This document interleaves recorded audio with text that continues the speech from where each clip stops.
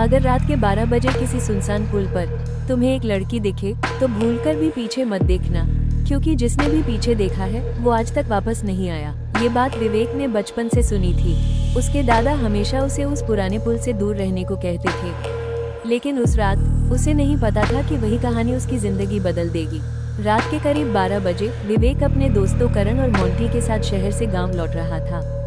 बारिश लगातार हो रही थी, सड़क पर दूर दूर तक कोई नहीं था।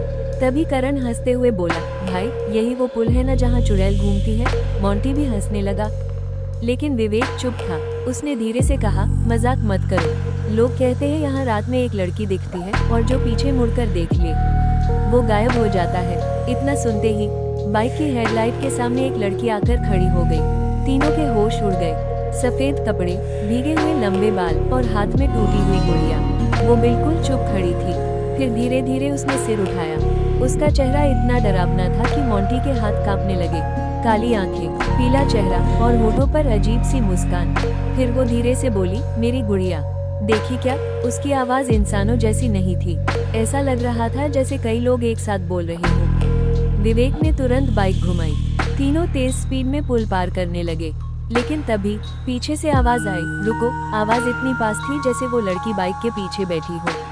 करण ने डरते डरते पीछे देखा और उसकी चीख निकल गई। वो लड़की सड़क पर नहीं थी, वो उनकी बाइक के पीछे दौड़ रही थी। बारिश में उसके बाल उड़ रहे थे और उसके पैर उल्टे थे। लेकिन सबसे डरावनी बात, उसके हाथ में अब एक नहीं 2 टूटी हुई गुड़िया थी। करण कांपती आवाज में बोला, भाई वो हमारे साथ ही आ रही है। अचानक बाइक बंद हो गई। चारों तरफ सन्नाटा छा गया, सिर्फ बारिश की आवाज और फिर ठक ठक ठक किसी के नंगे पैरों की आवाज पुल पर गूंजने लगी। लेकिन वहाँ कोई दिखाई नहीं दे रहा था। मोंटी रोने लगा, भाई यहाँ से चलते हैं, मुझे अच्छा नहीं लग रहा। तभी पुल के नीचे नदी से किसी लड़की के गाने की आवाज आने लगी, धीमी, डरावनी। तीनों ने नीचे देखा और उनके पैरों तले जमीन खिसक गई। नदी के बीचों बीच वही लड़की खड़ी थी, लेकिन इस बार उसका चेहरा साफ दिखाई दे रहा था। उसकी आंखों से काला पानी निकल रहा था और उसकी गर्दन टेढ़ी थी।